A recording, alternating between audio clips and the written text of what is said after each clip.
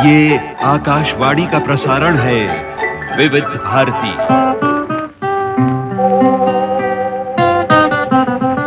भारतीय सिनेमा के नक्षत्र।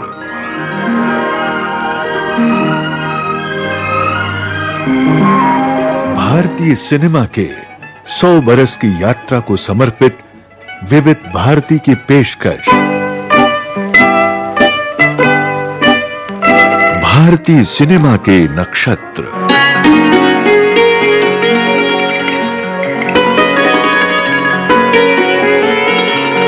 भारतीय सिनेमा के नक्षत्र इस श्रृंखला में आज प्रस्तुत है प्रसिद्ध निर्माता निर्देशक चेतन आनंद पर केंद्रित कार्यक्रम। तेरे साथ मेरी वफा,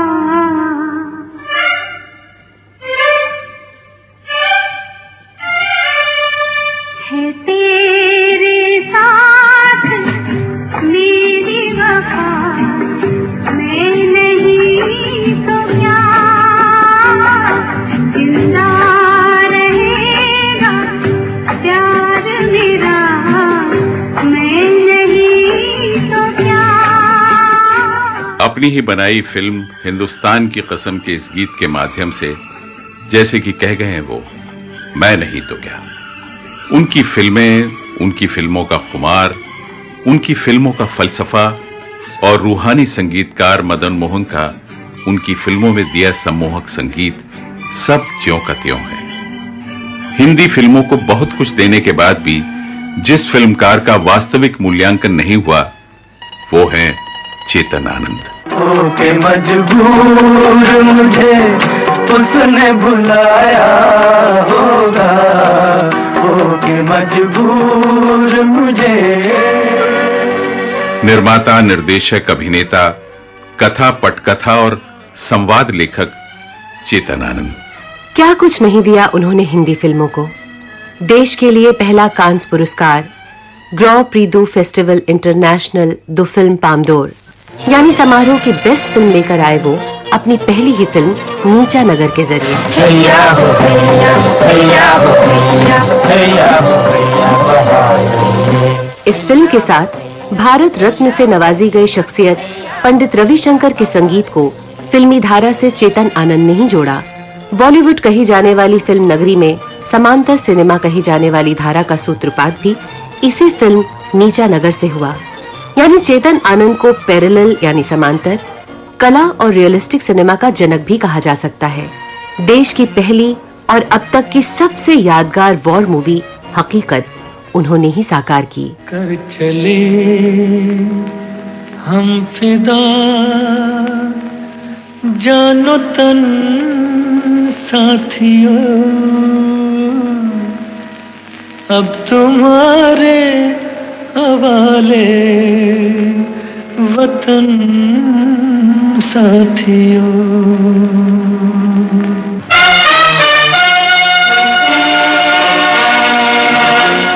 हिंदी फिल्मों की पहली और अब तक की अकेली काव्यात्मक फिल्म हीर रांझा भी उन्होंने ही बनाई। इस फिल्म के संवाद काव्यात्मक यानी छंद या तुकबंदी में थे, जिन्हें कैफी आजमी के साथ खुद चेतन आनंद ने रचा था। उन्होंने ही राजेश खन्ना, विजय आनंद, कामिनी कौशल, प्रिया राजवंश, अमजद खान जैसे कलाकारों को फिल्मी पर्दे पर सबसे पहले प्रस्तुत किया। चेतन आनंद के साथ एक और नायाब उपलब्धि जुड़ सकती थी, और यदि ऐसा हो पाता तो हिंदी फिल्मों का जब जब इतिहास लिखा जाता चेतन आनंद का नाम उसमें सबसे ऊपर होता। मगर यह हो न सका और उनकी फिल्म आखिरी खत समय पर ऑस्कर रिव्यू कमेटी के सामने नहीं पहुंच सकी। ऑस्कर जूरी से कभी यह पूछा गया था कि बेहतरीन विदेशी फिल्मों की श्रेणी में ऑस्कर पाने के करीब अब तक कौन सी भारतीय फिल्म आकी गई है, तो ऑस्कर जूरी का यही मानना है कि सन 1967 में भारतीय प्रविष्टि के रूप में जो फिल्म ऑस्कर कमेटी के सामने रखी जाने वाली थी वो थी द लास्ट लेटर यानी आखिरी खत। लेकिन कुछ कारणों से वो फिल्म निर्धारित समय पर ज्यूरी के सामने पहुंच नहीं सकी। खैर, इस फिल्म का ये गीत संगीत प्रेमियों के लिए ऑस्कर से कम नहीं है।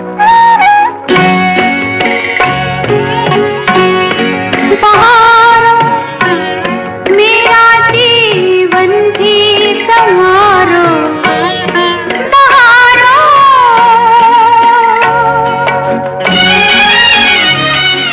चेतन आनंद ने हिंदी फिल्मों को और भी बहुत कुछ दिया है। उनके रूप में भी हिंदी फिल्मों ने देश का पहला साहित्यिक विद्वान पाया। 3 जनवरी 1915 को गुरदासपुर में एक पंजाबी खत्री परिवार में जन्मे चेतन शहर के जाने-माने क्रिमिनल लॉयर पिशौरीमल आनंद की 9 में से तीसरी संतान थे। पिता की तरह उनके सबसे बड़े भाई मनमोहन आनंद भी गांधीवादी थे, बल्कि मनमोहन ने तो गांधी जी के सत्याग्रह आंदोलन में हिस्सा भी लिया और जेल में भी रहे। बाद में वो विधायक भी बने। चेतन में भी गांधी के सिद्धांतों का बीजारोपण हो चुका था, जो उनकी पहली फिल्म नीचा नगर में देखा भी गया। लाहौर कॉलेज से अंग्रेजी साहित्य में एमए करने से पहले चेतन आनंद बाकायदा गुरुकुल गए, जहां प्रारंभिक शिक्षा के अलावा उन्हें नैतिक मूल्यों का भी ज्ञान हुआ। सच या झूठ, सही या गलत, प्रेम या ढोंग, मानवता या क्रूरता जैसे इंसानी जज्बों की उनमें गहरी समझ उसी दौरान आ चुकी थी। बड़े कलाकारों को लेकर अपने अंदाज में फिल्में बनाने की कला में वो माहिर तो थे ही, कहानी को दिलचस्पी के साथ पेश करने की कला भी उन्हें खूब आती थी। क्योंकि वो खुद एक्टर थे बहुत अच्छे, और थिएटर में काम कर चुके थे, और लेखक थे, तो खुद अपना डायलॉग लिखते थे और स्क्रीन प्ले लिखते थे। उनको स्क्रीन प्ले डायलॉग की बहुत समझ थी, और फिर अपनी टेक्निक जानते थे।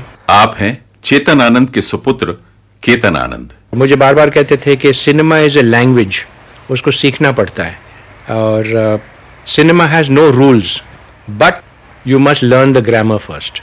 और उनको कैमरे की भी समझ थी, लेंजेस की भी समझ थी, टोटल नॉलेज थी उनकी, और ध्यान से काम करवाते थे एक्टर्स को।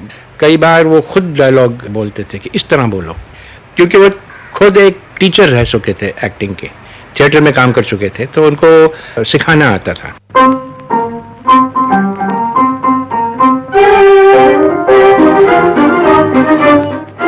पहाड़, वादियां, फिजाएं उन्हें शूटिंग के लिए खींचती रहीं, और उन्हें शानदार और सदाबहार गीत फिल्माने का बहाना मिलता रहा। पहाड़ों से उनका ऐसा लगाव था कि वो फिल्म नगरी आना ही नहीं चाहते थे। कुछ समय तक दिल्ली में ऑल इंडिया रेडियो से जुड़ने के बाद वो अपने प्रिय स्थल देहरादून मसूरी में बस गए थे, और दून स्कूल में अंग्रेजी, हिंदी, नाट्यशास्त्र और अपने पसंदीदा खेल टेनिस का अध्यापन करने लगे थे। खाली समय में वो नाटक और कथाएं लिखते। वहीं उन्होंने एक खुला मंच भी बना लिया था। यहीं उनकी मुलाकात हुई अपने जीवन रंगमंच की पहली संगिनी उमा चैटर्जी से, जिनसे उन्होंने 1943 में विवाह किया, और उमा चैटर्जी उमा आनंद के नाम से नीचा नगर जैसी फिल्मों में अभिनेत्री के रूप में आईं। अपनी लिखी कहानियों को वो फणी मजूमदार और किशोर साहू जैसे फिल्म मेकर्स के पास भेजते रहते। छुट्टियों में चेतन आनंद मुंबई भी आ जाते। यहाँ वो पृथ्वी थिएटर से तो जुड़े ही, साथ में इंडियन पीपुल्स थिएटर एसोसिएशन यानी इप्टा की गतिविधियों में भी शामिल हो गए। साहित्यिक सांस्कृतिक जगत में भी उनकी अच्छी पैठ हो गई थी। फणी मजूमदार उनमें एक संभावित अभिनेता देख रहे थे। उन्हें और नरगिस को लेकर फिल्म की घोषणा भी कर चुके थे, पर यह फिल्म कभी बन नहीं सकी। इप्टा के इसी प्रगतिवादी समूह के बीच उन्होंने कैफी आजमी जैसे मित्र भी पाए। फिल्म नीचा नगर में उन्होंने अपने मित्र की पुत्री उमा कश्यप को फिल्मी नाम कामनी कौशल देकर प्रस्तुत किया। बड़े भाई मनमोहन के भी 2 गीत फिल्में रखे। उनकी पहली फिल्म अंतरराष्ट्रीय पुरस्कार पाने में सफल रही। My first film was नीचा नगर, 1946. आप हैं अभिनेत्री कामनी कौशल। It was directed by Chetan Anand, और उसमें संगीत दिया था no less than Pandit Ravishankar. What a start! I was really lucky. Screen पर मेरा पहला गाना नन्ही सोना नाना अब रोना,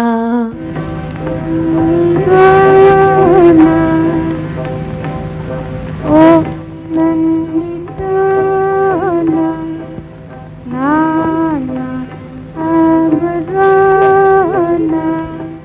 उन दिनों ब्रिटिश राज था, और लॉर्ड माउंटबेटन ने यह फिल्म देखकर यह कहा था कि it's a brilliant piece of cinema, लेकिन फिल्म ज्यादा नहीं चली। बाद में तो यह भी हुआ कि इसका ओरिजिनल नेगेटिव ही खो गया। बरसों बाद कोलकाता के कबाड़ी के पास यह नेगेटिव मिला, जिसे मशहूर फिल्मकार सत्यजीत रे के कैमरामैन ने 10 रुपए में खरीद कर इसे फिर दर्शकों तक पहुंचाया। हमारा शहर इधर 3 तरफ से ऊंचे पहाड़ों से घिरा, चौथी तरफ 1000 फुट नीचे नीचा नगर है। अगर फिर इसे उसी तरफ मोड़ दिया जाए तो क्या हर्ज? मेरे इंजीनियर कहते हैं कि रास्ता साफ करने में 6 महीने से कम नहीं लगेंगे। लेकिन रास्ते में इतने मकान तो पड़ते हैं। उनकी फिक्र न कीजिए माया देवी, वो अपनी देखभाल खुद कर लेंगे। पिताजी, अगर नाला नीचे नगर से जाए तो उसको ऊपर से ढका हुआ होना चाहिए। बेटे, अगर ये काम अब न हुआ तो फिर कभी नहीं हो सकेगा। क्यों? नीचा नगर वाले शरारत पर आमादा है और हमारे मजदूरों को रास्ता साफ नहीं करने देंगे। फिर बेचारे नीचा नगर वालों को घर छोड़ छोड़ भागना पड़ेगा। सन 1949 में उनके छोटे भाई देव आनंद ने उनके साथ मिलकर स्थापना की नवकेतन की। 1949 में नवकेतन पैदा हुआ अफसर के साथ, तो चेतन साहब ने बनाया था। मन मोर हुआ मतवाला, किसने जादू डाला रे, किसने जादू डाला। बैनर का नाम नवकेतन असल में चेतन आनंद के नवजात बेटे केतन के नाम पर रखा गया। एक लोकप्रिय रूसी कहानी इंस्पेक्टर जनरल पर आधारित फिल्म अफसर का निर्माण हुआ, जिसकी पटकथा भी चेतन आनंद ने पत्नी उमा के साथ मिलकर लिखी। नैना दीवाने एक नहीं माने, करे मन माने माने ना, नैना दीवाने। फिल्म बॉक्स ऑफिस पर खरी नहीं उतरी और चेतन आनंद के हाथ निराशा लगी। बॉक्स ऑफिस पर चेतन आनंद का ये अफसर हार गया। चेतन आनंद ने फिल्मों में पहली कामयाबी का स्वाद चखा फिल्म टैक्सी ड्राइवर से। जाए तो जाए कहाँ, समझेगा कौन यहाँ, दर्द भरे दिल की जुबान, जाए तो जाए कहाँ। फिल्म टैक्सी ड्राइवर उन्होंने अपनी पत्नी और छोटे भाई विजय आनंद के साथ मिलकर लिखी थी। विजय उन दिनों सेंट जेवियर कॉलेज की गतिविधियों में बढ़-चढ़ कर हिस्सा लेते थे और नए-नए विचारों से भरे हुए थे। विजय आनंद इसी फिल्म से कथा, पटकथा और संवाद लेखक के रूप में उभरे। फिल्म टैक्सी ड्राइवर के सेट पर ही देव आनंद ने कल्पना कार्तिक के साथ ब्याह किया था।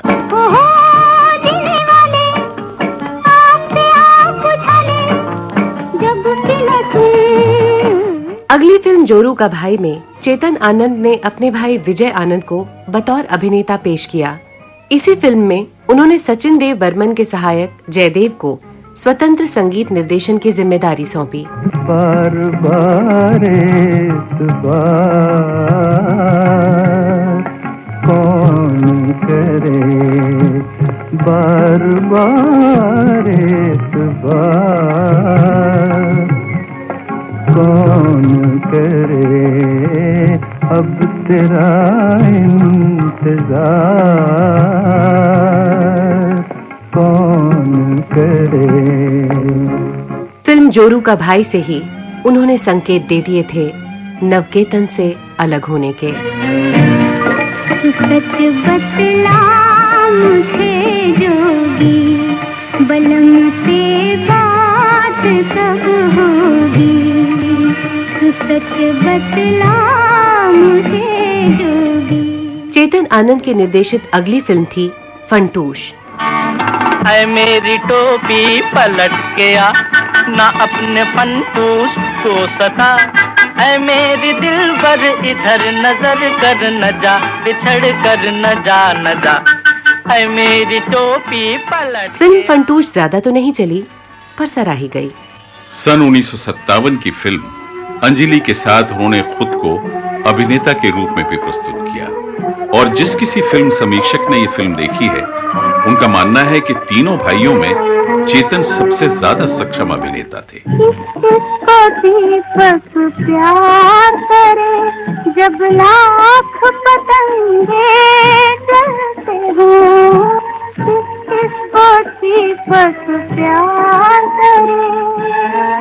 सन 1957 चेतन आनंद की जिंदगी में बड़ी उथल-पुथल भरा था। पत्नी उमा से तलाक हुआ। उनकी अर्पण और अंजलि जैसी फिल्में बुरी तरह से फ्लॉप हुई। भाइयों देव और विजय से भी दूरियां बनने लगी थी। फिल्म किनारे किनारे में तो ये गीत जैसे उन्होंने अपनी स्वयं की आपबीती को समर्पित किया है। तेरी रहमत चुप रही, मैं रोते रोते मर गया, देख ली तेरी खुदाई। फिल्म किनारे किनारे के बाद चेतन आनंद ने अपना बैनर स्थापित किया। चूंकि पहाड़ों के साए में रहना उन्हें बचपन से ही अच्छा लगता था, तो अपने बैनर के लिए वो हिमालय फिल्म से बेहतर क्या नाम चुन सकते थे। राष्ट्रीयता और देशभक्ति को समर्पित फिल्म हकीकत उनके बैनर की पहली फिल्म थी। अब देखिए, हकीकत इस आइडिया की जड़ जाती है जब उनके पिताजी गांधी जी के साथ सत्याग्रह मूवमेंट में जेल गए थे, और उनके बड़े भाई भी। आप हैं केतन आनंद। उस वक्त से इनके दिल में ये एक बात बैठी थी कि इन लोगों ने अपने देश के लिए इतनी बड़ी पेट्रियोटिक चीज की है और मैं रह गया, तो मुझे भी कुछ करना है एक दिन। और जब ये हादसा हुआ 1962 में, और नेहरू जी का दिल टूट गया, और ये लोग नेहरू जी के बहुत करीब थे, तो उनको ये फील हुआ कि भाई ये हादसा जो है इसको पर्दे पर लाना चाहिए, दिखाना चाहिए लोगों को, इसलिए उसका टाइटल हकीकत रखा। फिर इन्होंने प्रताप सिंह कैरों को एक चिट्ठी लिखी कि मैं आपके पंजाब का एक बेटा हूँ, मुख्यमंत्री थे उस वक्त, और मैं नेहरू जी के लिए करना चाहता हूँ, क्योंकि उनको पता था प्रताप सिंह कैरों नेहरू के काफ़ी करीब है। बहुत उन्होंने हेल्प किया, क्योंकि नेहरू जी भी चाहते थे कि लोगों को बताया जाए कि ये क्या हुआ था।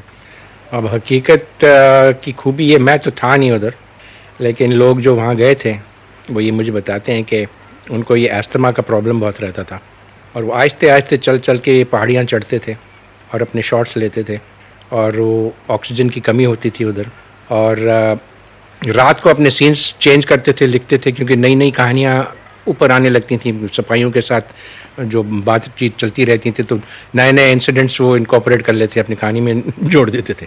और आज अगर आप देखो हकीकत को, तो ये आदमी दंग रह जाता है कि भाई एक आदमी ने एक सिंगल कैमरा, मिचेल कैमरा के साथ ऐसी शूटिंग कैसे कर ली। सर, हमारा एक एक जवान उनके 20-20 के बराबर है, ये साबित हो चुका है। हमें काउंटर अटैक करने की इजाजत दी जाए, हम चौकी नंबर 1 को वापस ले सकते हैं, मुझे यकीन है सर। लेकिन मुझे खबर मिल चुकी है कि दुश्मन तुम्हें चारों तरफ से घेर रहा है। सर, मैं कैप्टन बहादुर सिंह का इंतजार कर रहा हूँ। मैंने उसे मैसेज भेजा था मुझे यहाँ मिले, वो आता ही होगा। बहादुर अभी तक नहीं पहुंचा? सर, हवाई जहाज से खबर आई है।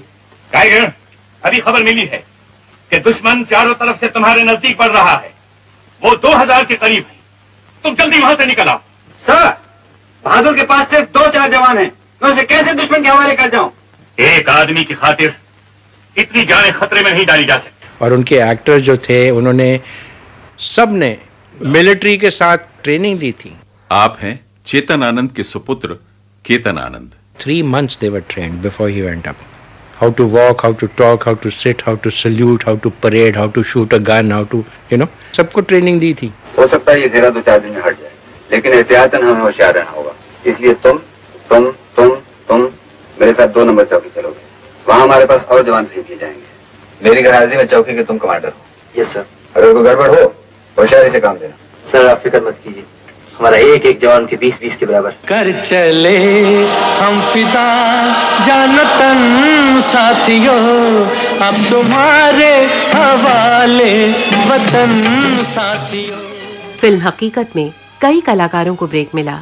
संगीतकार मदन मोहन भी इस फिल्म से बतौर अभिनेता स्थापित हो सकते थे, क्योंकि चेतन आनंद उनके मोहक व्यक्तित्व से बड़े प्रभावित थे, और मदन मोहन के पास फौज में काम करने का अनुभव भी था। पर लद्दाख जाने वाले हवाई जहाज को खराब मौसम के चलते रद्द करना पड़ा। अगली फ्लाइट अगले हफ्ते थी। इतना इंतजार नहीं किया जा सकता था, और इसलिए मदन मोहन के लिए निर्धारित भूमिका विजय आनंद से करवा ली गई।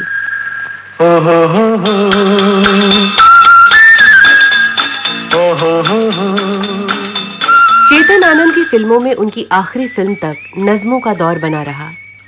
फिल्म आखिरी खत में 2 नज़्में थीं। ये फिल्म बॉलीवुड की जुबान में क्विकी थी।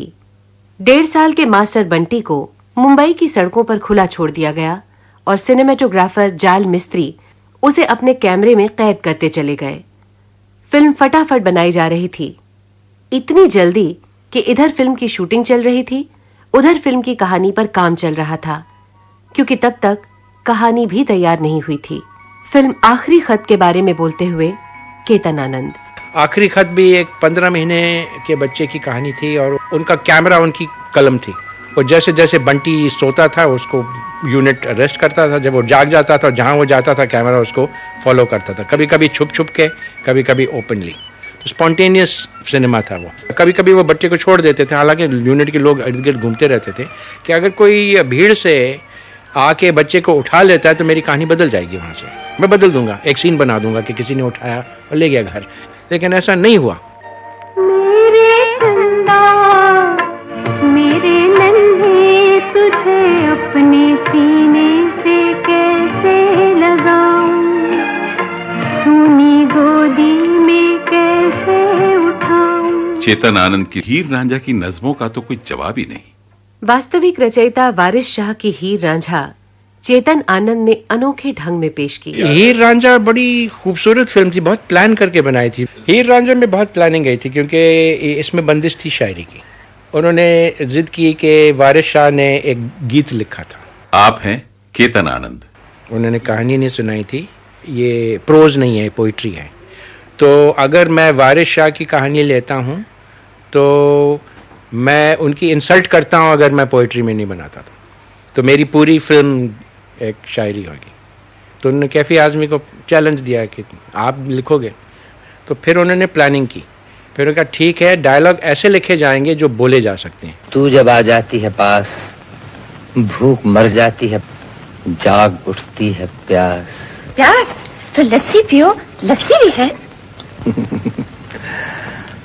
तुझ में भोलापन भी है, शोखी भी है। देख सकती काश अपना हुस्न मेरी आंख से, तूने सब पाया है, आशिक की नजर पाई नहीं। जब से देखा तुझको दुनिया की तरफ देखा नहीं, जब से चाहा तुझको अपनी याद भी आई नहीं। तुझको पाना जिंदगी है, तुझको खोना मौत है। चेतन आनंद अब अपनी 2 महत्वपूर्ण फिल्मों पर काम कर रहे थे और ये फिल्में थी हिंदुस्तान की कसम और हंसते जख्म। फिल्म हिंदुस्तान की कसम के लिए उन्होंने सन 1971 के भारत पाक युद्ध में शामिल किए गए नेट, हंटर, MiG-21, Su-7 या सुखोई जैसे लड़ाकू विमानों का वास्तविक चित्रण किया। मिग विमानों को तो फ्लाइट लेफ्टिनेंट समर शाह और मनवीर सिंह ने ही उड़ाया, जो इन्हीं विमानों से सन 1971 के युद्ध में ऑपरेशन कैक्टस लिली के तहत हिस्सा भी ले चुके थे।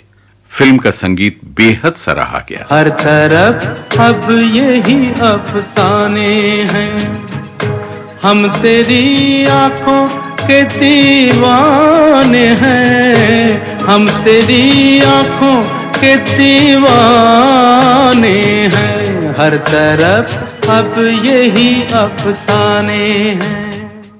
चेतन आनंद ने देह व्यापार में ढकेल दी गई स्त्री पीड़ा से जुड़े विषय को लेकर फिल्म बनाई हंसते जख्म।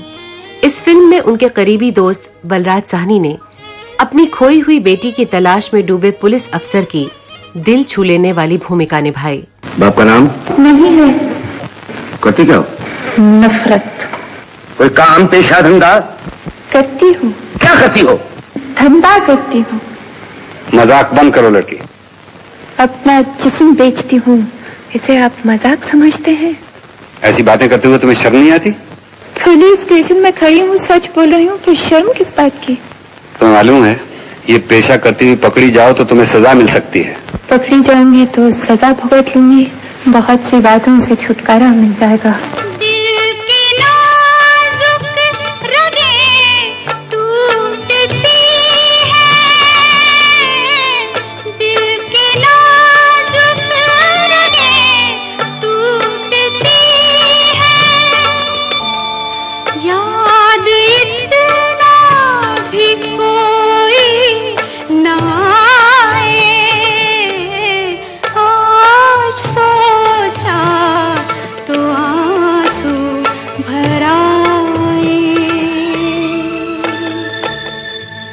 इस बीच चेतन आनंद के पहले बैनर नवकेतन के 25 वर्ष पूरे हो गए थे और भाइयों ने निर्णय लिया कि बड़े भाई चेतन फिर इस बैनर के लिए फिल्में बनाए।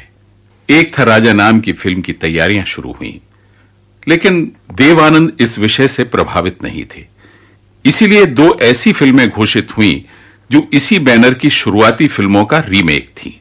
टैक्सी ड्राइवर के रीमेक के रूप में जानेमन बनाई गई नवकेतन के बैनर पर, और अफसर के रीमेक के रूप में साहेब बहादुर बनने लगी हिमालय फिल्म्स के साथ। चेतन आनंद ने इसी बीच पुनर्जन्म पर आधारित एक फिल्म डायरेक्ट की, कुदरत। हमें तुमसे प्यार कितना ये हम नहीं जानते, मगर जी नहीं सकते तुम्हारे बिना।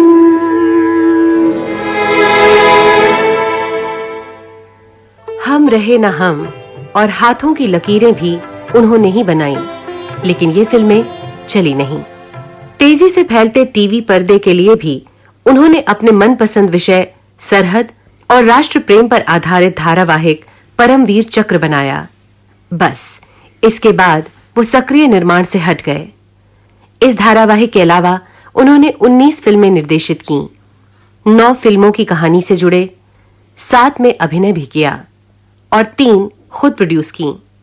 हकीकत सिर्फ नामांकन पा सकी, लेकिन उनकी किसी फिल्म ने कोई फिल्म फेयर पुरस्कार तक नहीं जीता। ना ही बतौर निर्देशक वो किसी अवार्ड जूरी को प्रभावित कर सके। अपने भाइयों और इन्हीं की देखा देखी बाकी लोगों के बीच भाई जी के रूप में लोकप्रिय चेतन आनंद ने 6 जुलाई 1997 को आखिरी सांस ली और छोड़ गए अपनी यादगार फिल्मों की सौगात, जिन्हें देख सभी ये कहते हैं, तुम जो मिल गए हो तो ये लगता है कि जहां मिल गया।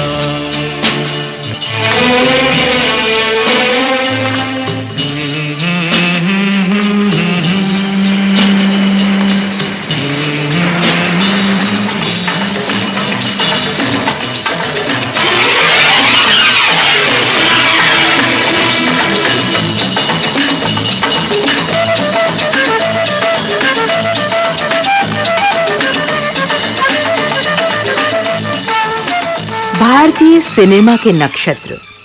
आप सुन रहे थे प्रसिद्ध निर्माता निर्देशक चेतन आनंद पर केंद्रित कार्यक्रम। शोध और आलेख रविराज प्रणामी, निवेदक राजीव वर्मा और प्रतिभा शर्मा, ध्वनि संपादन Kamal Sharma, technical support Dilip Kulkarni, executive producer Manisha Jain, producer Kamal Sharma.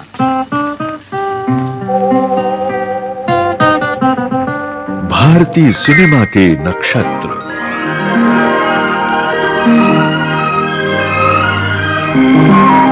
भारतीय सिनेमा के 100 बरस की यात्रा को समर्पित विविध भारती की पेशकश। भारतीय सिनेमा के नक्षत्र।